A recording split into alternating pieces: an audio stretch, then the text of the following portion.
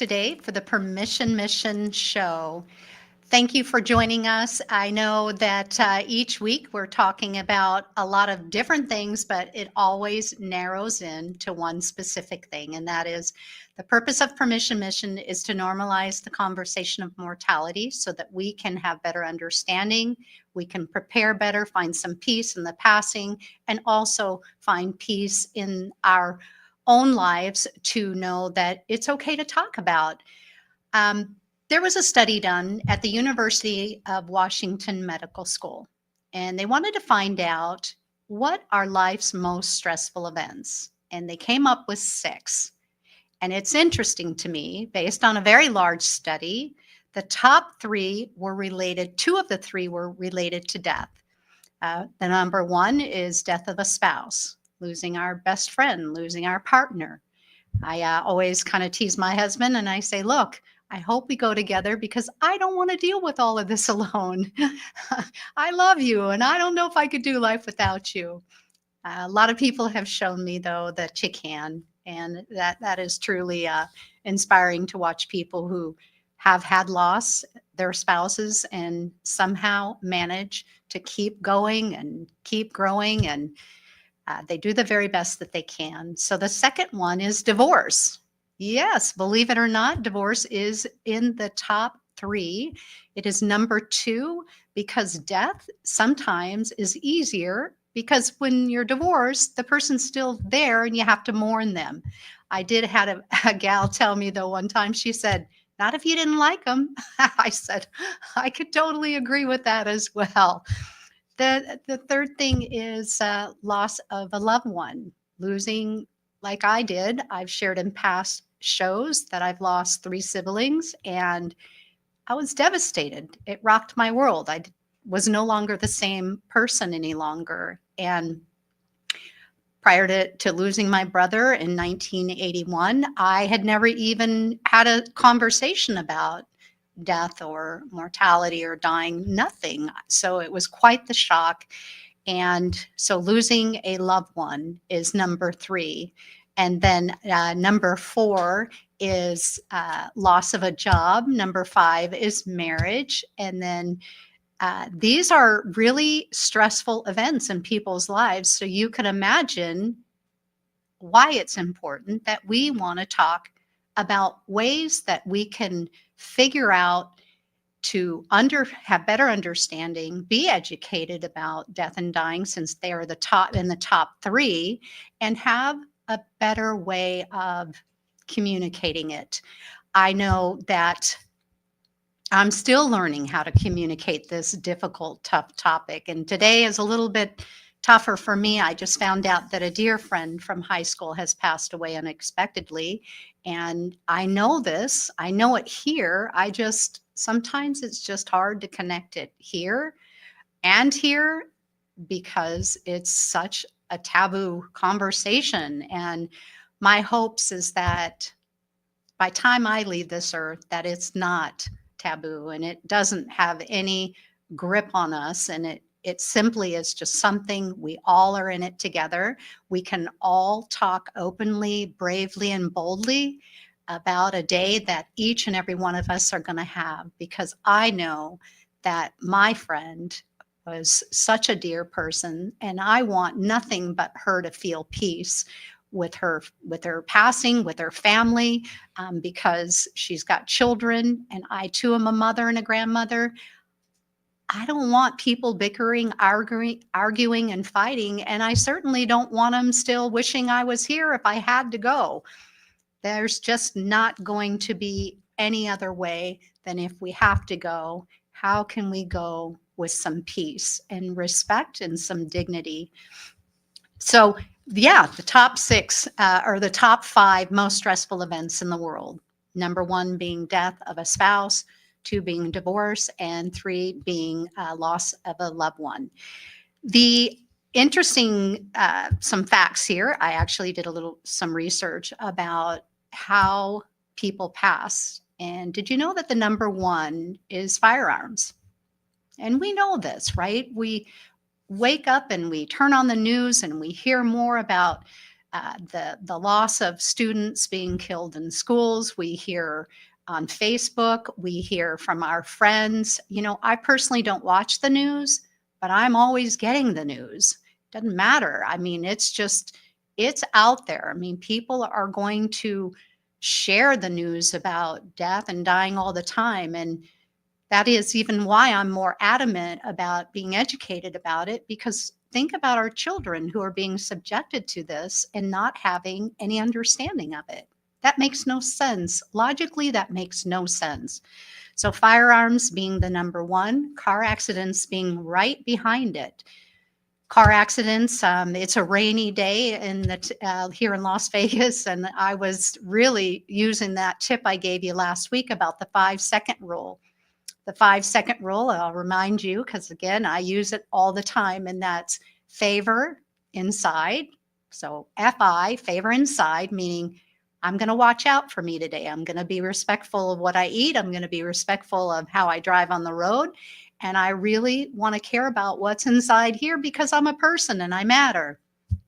Maybe not to a couple of the kids I say no to, but I do still matter to a lot of people. The V is for value, and the E is for everyone and everything. People are having rough times out there. We've got a lot of changes in the world that are happening. We have people who have lost somebody last night. We have people who have lost people today. So value everyone and everything is simply just saying, look out for us, look out for them, look out for me, and check in with me once in a while just to see that everything's okay, or if there's something I need. I think the 5-second rule, it's simple, it's silly, and it does produce some great results because it grounds me. Every day it grounds me. I want to be on the earth for a while. I want you to be on the earth for a while if that's possible. And if accidents are number 2, right up there with firearms, that's something for us to look at. It's something for us to just check in with, become aware of. People are passing unnecessarily. These accidents maybe could have been avoided, but maybe not. Again, we're here to simply just have some understanding that death happens, and it happens 100% of the time. So just be careful out there on the road, especially when there are crazy conditions like today. I'm from the Midwest. I do know how to drive in this weather, but some of us aren't from the Midwest. We weren't exposed to the different elements of the weather. So please just slow down. That's always the best scenario. Get out of the way, slow down, but also watch out for those you're driving on the road with, because there's room for them too. Drug poisoning. I told you that I was going to talk about hard topic this week because it needs to be talked about. So addiction. Do you know that addictions typically happen as the result of a death in the family? Look it up. Directly indicated from somebody passing in the family that now their life's different. Nobody wants to talk about what happened, and it's just kind of shoved to the side, and it is a easier way to just grab onto an addiction because now we have to figure out how we're going to be the person we're going to be without the person we loved in front of us. It's a big change so instantly, and it's tough.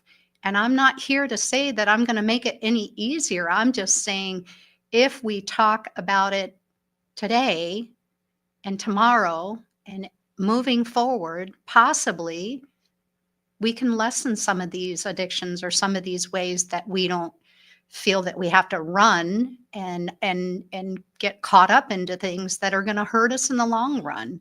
So drug poisoning, drug addiction, and then number 4 is drowning. I have a personal experience with drowning when I was about 10, 11 years old, and my very, very good friend's little brother and his 2 friends had actually snuck into the backyard. This family did nothing wrong. They had their pool fenced, and these little boys were curious. They wanted to jump the fence, and what happened was one of the little boys fell in. The little boys tried to get him out, but they were just too small. They were only like 5 and 6 years old. And unfortunately, he was underwater for too long. He did live, but he was in a vegetative state for like 27 years of his life. Now, I will tell you, as an 11-year-old, 10, 11-year-old girl, where the neighborhood was full of children out playing on a day-to-day basis. I mean, back in my day, I'm going to out age myself a little bit here, but back in my day, the argument with parents and kids were not about the phones. Back in my day, it was about get your butt in the house before it gets dark. And I really enjoyed being outside and playing. But when that happened in our neighborhood, it was never the same. Kids were still playing outside, but you could feel the heaviness. You could feel the weight of the world on this family. I felt it. Our friendships changed, and death does change people. It does. There is no way to say that it's not going to. But does it have to destroy us? Does it have to destroy all the things that person who passed away, I know they wouldn't want all of us to be acting or to be doing some of the things we do as a result of somebody passing away. And that's what Permission Mission is all about, so that we can do some things different. Maya Angelou has a great quote, and that is, when we know better, we do better.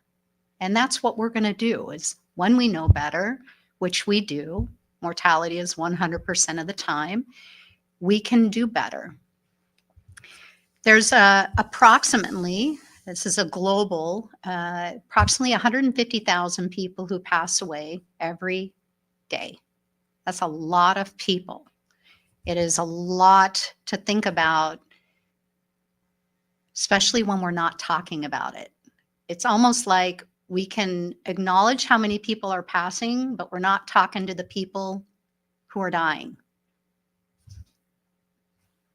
Just think about that for a second. We can talk about people dying, but yet we're not talking with the people, with our families, with our friends, with our children, with our grandchildren, about the topic of death. Here's where it gets hopeful. This is where we get some hope in all of this, is that we certainly can. Normalizing the conversation of mortality is going to remove all those bridges and blocks, and we're going to break those walls down. And we're simply just going to communicate to one another and be okay with it and feel confident in our conversation and have some comfort knowing that we had it in advance if we were lucky and fortunate to have it. I tell a lot of my families, when a death occurs, we're either one of two things. We're either fortunate or we are frustrated, because frustration comes from not having any type of conversations or prearrangements or anything in place ahead of time. It's very frustrating. So you're either fortunate or you're going to be frustrated. Or forced even. That's another, forced. You have no option to just, you're forced at that point to have to go figure out what to do. And there's a lot of things to do. In the last show, I talked about how many things that are involved, like 120 questions, picking out on your worst day, things that have to be decided upon quickly and in a timely manner. And then you've got people grieving in all different ways. And again, nobody has understanding about the difference of the grieving other than things we've talked about, but not necessarily really, really opened up about talking that people do die and people are going to die, and that's just a part of life. So did you know also, I did some research on checking out to see if other people are out there talking about this, and they are. Interesting thing is there's actually a game out there. I'm going to purchase it. It's called Hello. It's a neat conversational game. It has questions around end of life. It has questions for a person to answer with their family at the dinner table. And I was so excited to come across this. So again, the game is called Hello. Check it out.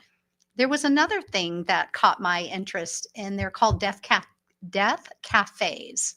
So a death cafe could be in your area. You can look it up online. It's deathcafe.com. And the purpose is the purpose of them is to bring the subject of death to the front of the room instead of it being hidden in a dark room.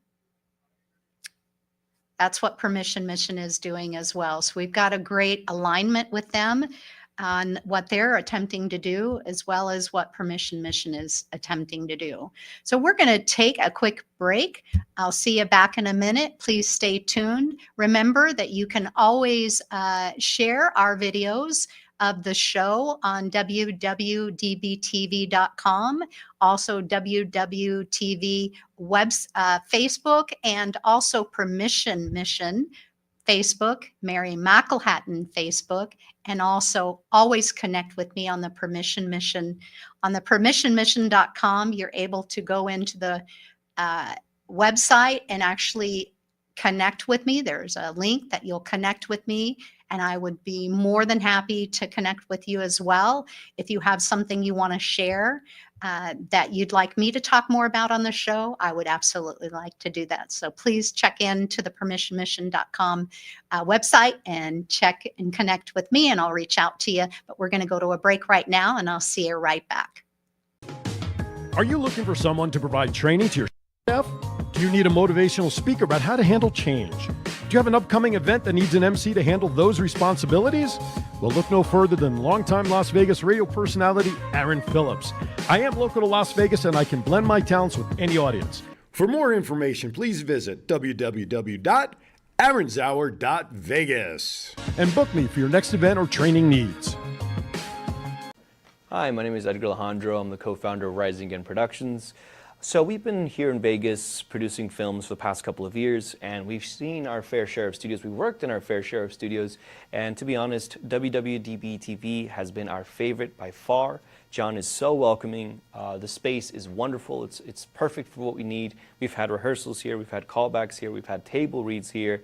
So if you're a Vegas creative, or really just a creative coming into Vegas, definitely check out this space. Chat with John.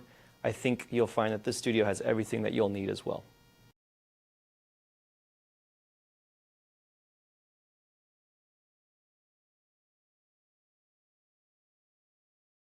I am your host for the Permission Mission show. Today we're talking about a subject that many do not want to talk about until they're forced, and I am doing everything in my power to make sure that we're aware of this topic way ahead of time if we have the opportunity, because some families won't, and that is mortality. I know it's a tough thing to even get out of my mouth sometimes, but the reality is I've had so much loss in my family, like I've shared in prior shows, that it's just something I cannot lay to rest anymore if we logically don't think about something so important to us as a person to plan for or to think about, but more importantly, to have discussions with our family to let people know what our wishes are. Over the break, I did have the question come up. I had mentioned earlier in the show that there's about 120 questions. So let me just kind of simply walk you through as many as I can come up with today. So the very first one is the call. Right? Someone's going to get a call. It could be at 3 o'clock in the morning. It could be in the afternoon. We don't know that. The call means who's going to take care of my loved one? Who do I call? Where do they go? How much are things going to cost? What are their options? If a person never had a conversation about cremation or burial, which was one of the assignments in a couple shows back, was for you to talk with your loved ones and let them know that cremation's what you select as your final wishes or burial. Because if a family does not know, please know that that will haunt them. They will think they did the wrong thing. They will sometimes have to be in a situation where finances will dictate what they can or cannot do, or they'll overspend and then they're upset too. My goal, and any funeral home's goal, is to make sure that families do what they can and not be any more upset than they are. So other questions are going to be like legal next of kin. That is probably the second most difficult conversation to have with a family in this case scenario. Let me just give you a little example. So person's been with a partner for 30 years, okay, or more. They're not married. There are other children on each side. Do you know that if they were not married, whether they spent 30 beautiful years together or not, legal next of kin would not be each other. It would be the child or the children from their marriage, or from an individual, like if they had children. Can you imagine how that would feel to somebody who's spent 30 years with that person and them not being able to make a decision about what is going to happen moving forward? It's devastating. So legal next of kin, it's quite complicated in some ways, but if you have the information ahead of time, you can do some things and put some things in place so that the person you spent 30 years with can follow through with your wishes without having all the other children or dynamics involved. So legal next of kin. And then obviously you're going to be asked questions about what information is the important information. And I reviewed that on a past show as well, that important information page, the page that asks all the questions to produce a death certificate. Death certificates, there's quite a bit of information that is needed for that. So you want to have that, those answers ahead of time if you can. I said if you would like one of the personal planning guides that I had shared in the prior show, please go to my website, go to permissionmission.com, send me a message, and I will make sure that you get your own copy of the personal planning guide so you can document this information. You're going to be asked, again, if it's cremation or burial. Do you want a wood casket? Do you want a metal casket? Do you want what type of urn? We have so many different types of urns that it can be so overwhelming to a person sitting there trying to figure out what urn to get. What are the cost of the urns or the caskets? If it's a burial, you've got to think about a resting place. It's important on both cremation and burial to have a resting place. So you can see how these are questions that you're going to have to answer on the worst day of your life if you don't have the conversations ahead of time. And they're much easier to have with the person that you love than having them trying to figure it all out. I've done all my plans. I'm still here. I always tell people, look, I did my plans 7 years ago and I'm still living. I am still here.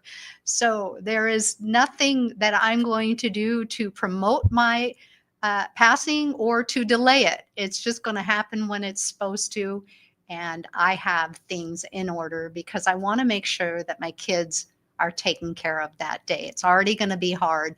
Well, I don't know. Maybe on a couple of them it won't be, but I don't know. I have awesome children and grandchildren. I'm sure I'll be missed. I think so anyway. But I wanted it to be easy for them. You're going to have to decide dates, service, no service, whether it be in a church, whether it be at our chapel or in graveside. You're going to have to pick out flowers, what type of flowers, what type of music, what type of message, what is it, what kind, if you want keepsakes. I witnessed a service where they have the most unique keepsakes that represent the life of that loved one who had just passed, and it's beautiful. And families are so appreciative that they get to walk away with something that they get to remember this person by. So there are, again, about 120 questions on the worst day of your life. Permission Mission says you have permission to talk about it in advance with the people you love so that they have an idea and they're not guessing, because it does haunt them. I have people who have kind of been hard on themselves for 20 years because they don't know if they did the right thing. And I always remind them, you did do the right thing. You had to have done the right thing because you were the one who had to do it. And that is a gift in itself for somebody to have to do it, and they do it regardless of how difficult it was. The next show I'm going to talk about. So again, that 120 questions, it's about 3 to 4 hours of time. You'll save a family by having that personal planning guide filled out ahead of time, from them spending that time without their family or in front of people they don't know and in the funeral homes. And just like you, we want to get the families out as quickly as possible because we do want them sharing that special time with their family. They're going to need that. That's important. That is the steps of proper grieving, is how I put it. It's proper grieving when some things are put in order in advance. Families really do just get to spend the time with one another instead of it being a situation where there's a lot of arguing and bickering and not agreeing.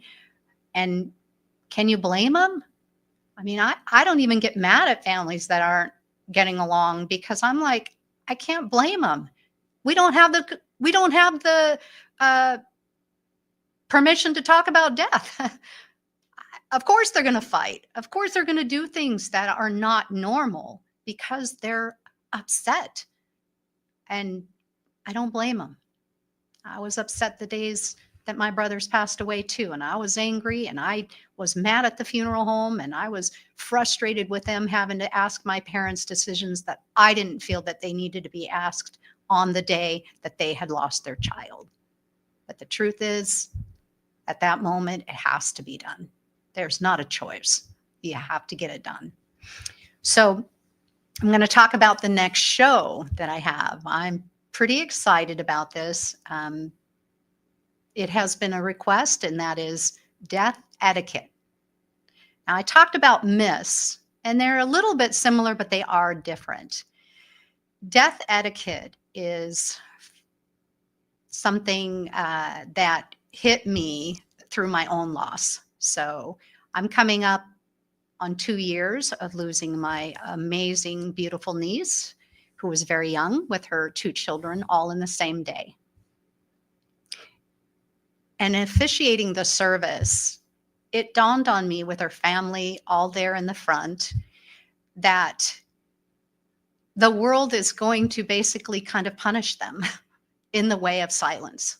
This family is going to have to deal with not 1 loss, but 3 loss, all in one day. And out of my mouth came, please don't let people feel sorry for you. Because these are young children. She had surviving young children. And I was quite taken back, because I'm like, where did that come from? Why did I say that? But now that I think about it, I said it because I didn't want the world to feel sorry for them.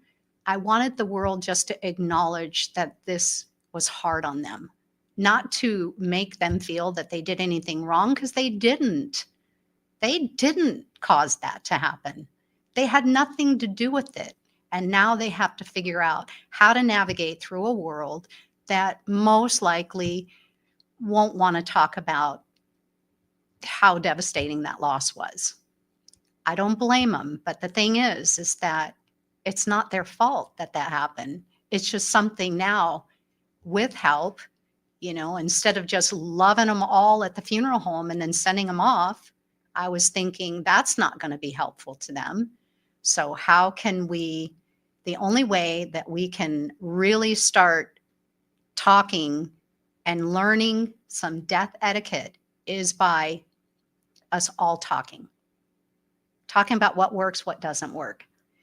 what we can do differently, just simply so that the people like me as a 14-year-old who didn't understand, all of a sudden I had all this love, I had all these hugs, I had all these people come in to love on my parents, and then within 2 weeks, everybody was gone.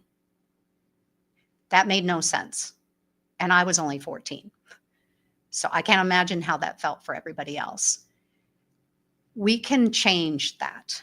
We can change that up a little bit. Maybe, and I don't have all the answers. I'm very curious still. I'm in the curious stage of figuring this out.